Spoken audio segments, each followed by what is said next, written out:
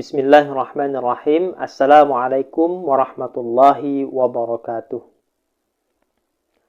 Alhamdulillahi rabbil alamin. Wassalatu wassalamu ala ashrafil anbiya'i wal mursalin Muhammadin wa ala alihi wa sahbihi rasulillahi ajma'in wa man tabi'ahum bi ihsanin ila yaumiddin. Puji syukur kehadirat Allah subhanahu wa ta'ala yang telah melimpahkan rahmat dan nikmatnya kepada kita semua. Kemudian salawat beserta salam semoga senantiasa tercurahkan kepada Nabi kita, Nabi Muhammad sallallahu alaihi wasallam, kepada keluarganya, para sahabat, dan kepada siapa saja yang mengikuti sunnah-sunnah beliau sampai pada hari kiamat nanti.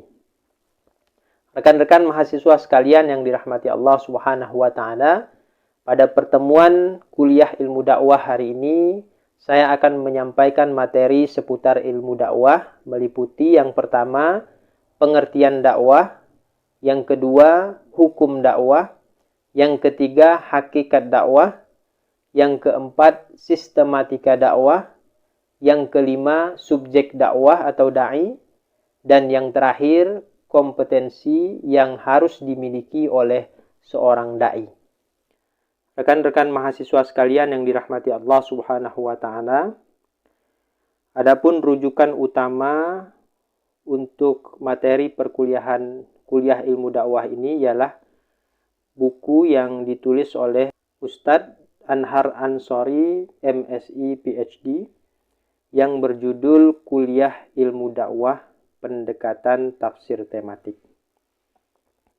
Baik, sebelum kita mulai materi kuliah ilmu dakwah pada hari ini, terlebih dahulu marilah kita sama-sama melafalkan bacaan basmalah.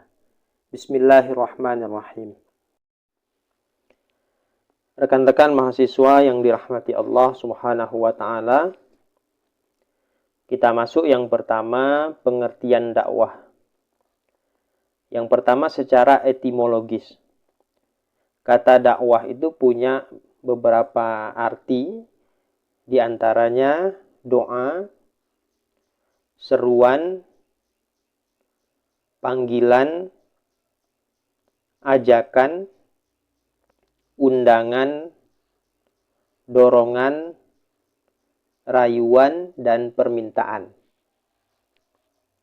Dia berakar dari kata kerja da'a yad'u da'watan, yang berarti berdoa, memanggil, menyeru, mengajak, mengundang, merayu, mendorong, dan mengadu. Menurut Ibnu Faris, asal makna da'a ialah memalingkan sesuatu kepada diri kita melalui suara atau pembicaraan. Sedangkan menurut Ibrahim Anis, kata da'a berarti menuntut kehadiran sesuatu atau mengharapkan kebaikan. Nah, dakwah secara etimologis ini masih bebas nilai ya. Artinya dia bisa saja mengajak kepada kebaikan ya, atau ke jalan Allah Subhanahu wa taala, atau bisa juga mengajak kepada kemungkaran ya, kepada jalan setan atau melakukan suatu perbuatan maksiat. Nah, ini secara etimologis ya, jadi masih bebas nilai, belum dibatasi secara pasti ya tentang dakwah ini. Nah, kemudian secara terminologis, ini baru sudah ada pembatasannya ya tentang pengertian dakwah.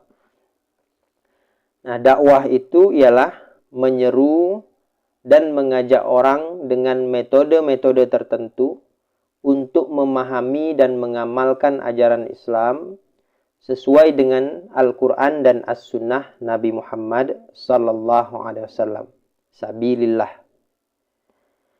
Nah, definisi ini atau pengertian ini didasari oleh beberapa ayat Al-Quran ya. Pertama diantaranya dalam Quran surah Ali Imran ayat 104. Allah menyatakan wal takum minkum ummatun yad'una ilal khairi wa ya'muruna bil ma'rufi wa yanhauna 'anil munkar wa ulaika humul muflihun. Dan hendaklah ada di antara kamu segolongan umat yang menyeru kepada kebajikan, menyuruh kepada yang ma'ruf, dan mencegah dari yang mungkar. Merekalah orang-orang yang beruntung. Menurut Ustadz Anhar Ansori, surat Ali Imran ayat 104 itu mengandung 5 faktor penting. Nah, pertama, berisi perintah berdakwah. Kemudian yang kedua, hukum berdakwah. Yang ketiga, materi dakwah. Keempat, konsep amar ma'ruf nahi mungkar. Dan yang kelima, manfaat dakwah bagi para da'i. Nah, kemudian yang kedua, Quran surah An-Nahl ayat 125. Allah Subhanahu wa taala berfirman, "Ud'u ila sabili rabbika bil hikmati wal mau'izatil hasanati wajadilhum billati hiya ahsan. Inna rabbaka huwa a'lamu biman dhalla an sabilih wa huwa a'lamu bil muhtadin." Serulah manusia kepada jalan Tuhanmu dengan hikmah dan pelajaran yang baik. Dan bantahlah mereka dengan cara yang baik. Sesungguhnya Tuhanmu dialah yang lebih mengetahui tentang siapa yang tersesat dari jalannya, dan dialah yang lebih mengetahui orang-orang yang mendapat petunjuk. Menurut Ustadz Anhar Ansori dalam bukunya Kuliah Ilmu Dakwah, surat An-Nahl itu berisi 3 faktor penting. Pertama, perintah berdakwah. Kedua, konsepsi jalan Tuhan. Dan yang ketiga, prinsip-prinsip metode dakwah. Nah, itulah di antara definisi dakwah, baik ditinjau secara etimologis maupun ditinjau secara terminologis. Rekan-rekan mahasiswa sekalian yang dirahmati Allah Subhanahu wa taala, yang kedua, hukum dakwah. Yang menjadi dasar pembahasan tentang hukum dakwah itu antara lain Quran surah Ali Imran ayat 104. Allah Subhanahu wa taala berfirman, "Wal takum minkum ummatun yad'una ilal khairi wa ya'muruna bil ma'rufi wa yanhauna 'anil munkar wa ulaika humul muflihun." Dan hendaklah ada di antara kamu segolongan umat yang menyeru kepada kebajikan, menyuruh kepada yang ma'ruf, dan mencegah dari yang mungkar. Merekalah orang-orang yang beruntung. Menurut penjelasan Ustadz Anhar Ansori dalam bukunya Kuliah Ilmu Dakwah, jika huruf min yang ada pada kata minkum dalam ayat tersebut adalah min lil bayaniyah, maka dakwah menjadi kewajiban bagi setiap orang atau secara individual orang Islam. Nah, tetapi jika min dalam ayat tersebut adalah min litab'idiyah yang menyatakan untuk sebagian, maka dakwah itu menjadi kewajiban secara kolektif atau organisasi. Maka dari sinilah kita mengetahui bahwa hukum dakwah itu yang pertama wajib bagi setiap muslim dan muslimat. Kemudian yang kedua wajib secara kolektif dan organisasi. Nah, keduanya dapat digunakan secara sekaligus ya. Untuk hal-hal yang mampu dilakukan secara individual, maka dakwah menjadi kewajiban individual. Sedangkan untuk hal-hal yang hanya bisa dilakukan secara kolektif, maka dakwah menjadi kewajiban kolektif.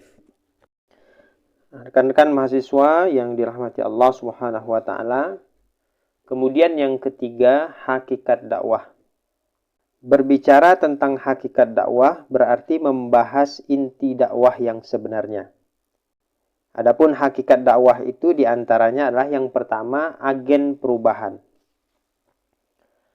Yang dimaksud dengan agen perubahan di sini ialah usaha yang dilakukan oleh seorang dai atau organisasi dakwah untuk membantu seseorang atau sekelompok orang untuk memahami dan menyelesaikan persoalannya sendiri. Tentu persoalan yang dimaksud adalah memang persoalan menurut pandangan Islam. Nah, kemudian yang kedua, mengajak kepada petunjuk Allah Subhanahu wa ta'ala. Ya, sebagaimana yang disebut dalam Quran surah Al-Hajj ayat 67, "Wad'u ila rabbika innaka la'ala hudam mustaqim." Serulah kepada agama Tuhanmu, sesungguhnya kamu benar-benar berada pada jalan yang lurus. Nah, kemudian dalam Quran surah Al-An'am ayat 71, "Inna hudallahi huwal huda wa umirna linuslima li rabbil alamin." Sesungguhnya petunjuk Allah itulah yang sebenarnya petunjuk. Dan kita disuruh agar menyerahkan diri kepada Tuhan semesta alam. Nah, kemudian yang ketiga, jihad di jalan Allah Subhanahu wa ta'ala. Allah Subhanahu wa ta'ala berfirman, "Wajahidu fillahi haqqa jihadih. Huwajtabakum wa ma ja'ala 'alaikum fid dini min haraj.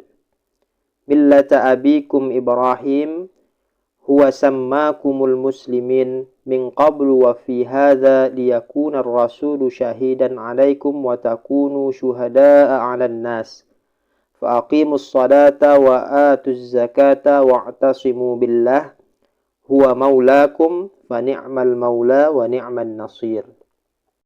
Dan berjihadlah kamu di jalan Allah dengan jihad yang sebenar-benarnya. Dia telah memilih kamu dan dia tidak menjadikan kesukaran untukmu dalam agama. Ikutilah agama nenek moyangmu Ibrahim. Dia Allah telah menamakan kamu orang-orang muslim sejak dulu. Dan begitu pula dalam Al-Quran ini, agar Rasul Muhammad itu menjadi saksi atas dirimu dan agar kamu semua menjadi saksi atas segenap manusia. Maka laksanakanlah salat dan tunaikanlah zakat dan berpegang teguhlah kepada Allah. Dialah pelindungmu, dia sebaik-baik pelindung dan sebaik-baik penolong. Quran surah Al-Hajj ayat 78. Kemudian dalam hadis juga disebutkan, afdalul jihadi kalimatu haqqin 'inda sultanin jair. Jihad yang paling utama ialah menyampaikan yang hak terhadap penguasa yang zalim. Hadis riwayat Abu Daud dan Tirmidzi. Kemudian hakikat dakwah yang keempat yaitu karakteristik Islam. Agama Islam juga disebut dengan istilah agama dakwah. Artinya agama yang berkarakter dakwah. Karena fungsinya sebagai pedoman hidup wajib didakwahkan agar dipahami, dihayati sehingga bisa diterima dan diamalkan. Nah, ini ya ada 4 hakikat dakwah itu. Yang pertama agen perubahan, mengajak kepada petunjuk Allah Subhanahu wa ta'ala, jihad di jalan Allah Subhanahu wa ta'ala, dan yang keempat adalah karakteristik Islam. Rekan-rekan mahasiswa sekalian yang dirahmati Allah Subhanahu wa ta'ala. Kemudian yang keempat, sistematika dakwah. Nah, dalam sistematika dakwah ini terbagi menjadi 9 subsistem. Yang pertama, subjek dakwah. Yang kedua, objek dakwah. Ketiga, tujuan dakwah. Keempat, materi dakwah. Kelima, metode dakwah. Keenam, media dakwah. Ketujuh, sarana dakwah. Kedelapan, dana dakwah. Dan kesembilan, manajemen dakwah. Pada pertemuan hari ini, yang menjadi bahasan kita terkait sistematika dakwah ini adalah subjek dakwah. Nah, untuk subsistem sistematika dakwah yang lainnya, insya Allah akan kita bahas pada pertemuan-pertemuan yang akan datang. Rekan-rekan mahasiswa sekalian yang dirahmati Allah Subhanahu wa ta'ala, kita masuk sistematika dakwah yang pertama, yaitu subjek dakwah. Subjek dakwah atau da'i adalah setiap orang yang mengajak, memerintahkan orang kepada jalan Allah Subhanahu wa ta'ala atau mengajak orang untuk memahami dan mengamalkan perintah Allah dan Rasul-Nya, dan menjauhi apapun yang dilarang oleh Allah dan Rasul-Nya. Nah, macam-macam subjek dakwah. Yang pertama, setiap muslim dan muslimat. Setiap muslim dan muslimat yang sudah dewasa berkewajiban berdakwah sesuai dengan kemampuan yang dimiliki. Adapun yang belum baligh perlu dilatih oleh orang tuanya untuk mengajak orang lain kepada kebaikan, walaupun dia belum wajib melaksanakannya. Ini kewajiban orang tua, sehingga di saat anak sudah masuk usia baligh atau mukallaf, artinya sudah datang kewajiban berdakwah, maka anak sudah siap melaksanakannya sesuai dengan kemampuan dan pengalaman yang dialami dari proses pendidikan dakwah yang didapat dari orang tuanya. Nah, kemudian yang kedua, setiap organisasi Islam. Setiap organisasi yang bergerak dalam bidang keagamaan dapat digolongkan dalam organisasi dakwah. Mulai dari kelompok organisasi berskala kecil, ya seperti takmir masjid, sampai berskala regional, nasional, bahkan internasional, ya seperti Muhammadiyah, Nahdlatul Ulama, dan sebagainya. Nah, itu diantaranya yang menjadi subjek dakwah atau da'i, yaitu setiap muslim dan muslimat dan setiap organisasi Islam. Nah, kemudian kompetensi yang harus dimiliki oleh seorang da'i. Nah, paling tidak ada 3 kompetensi yang harus dimiliki oleh seorang da'i. Yang pertama, kompetensi dasar. Yang dimaksud dengan kompetensi dasar di sini ialah sejumlah kemampuan spiritual yang bersifat prinsip dan praktis yang harus dimiliki oleh setiap mujahid dakwah. Kompetensi yang dimaksud pada garis besarnya antara lain, yang pertama, mampu membaca Al-Quran dengan fasih. Kedua, memahami Al-Quran dan As-Sunnah Nabi Muhammad SAW. Ketiga, memahami pokok-pokok ajaran Islam. Keempat, memiliki tauhid yang kuat dan kokoh. Kelima, istiqamah dalam ketakwaan dan memelihara salat. Keenam, berakhlak mulia. Ketujuh, sabar, tabah, dan tawakal kepada Allah Subhanahu wa Ta'ala. Kedelapan, jujur, teguh pendirian dan tegas. 9, mencintai objek dakwah dengan tulus. Dan yang ke-10, ikhlas. Nah, itulah di antara 10 kompetensi dasar yang harus dimiliki oleh seorang da'i. Kemudian yang selanjutnya adalah kompetensi keahlian. Ya, di antaranya pertama, memahami ilmu dakwah. Kedua, memahami tujuan dakwah. Ketiga, memahami sirah nabawi. Keempat, memahami fikih Islam dan usul fikih.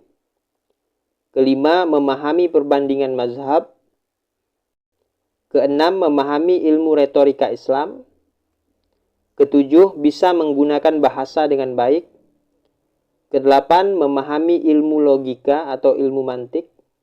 Dan yang kesembilan, mampu menggunakan media informasi.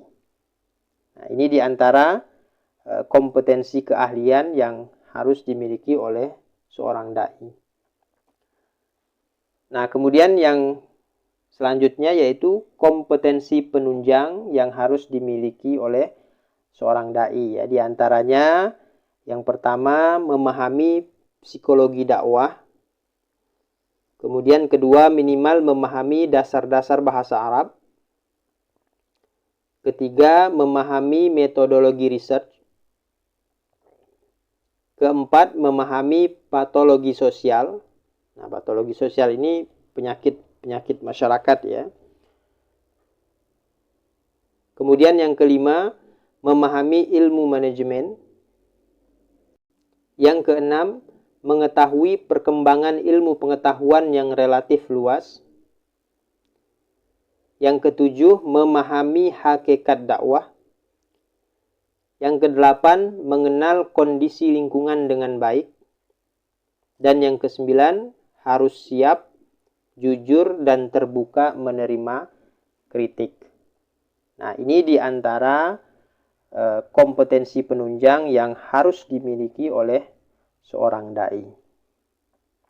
Nah, rekan-rekan mahasiswa sekalian yang dirahmati Allah Subhanahu wa taala, demikian materi yang dapat saya sampaikan tentang ilmu dakwah pada hari ini.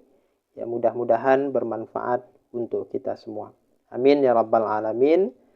Lebih dan kurangnya saya mohon maaf. Saya akhiri billahi fisabilil haq fastabiqul khairat. Wassalamualaikum warahmatullahi wabarakatuh.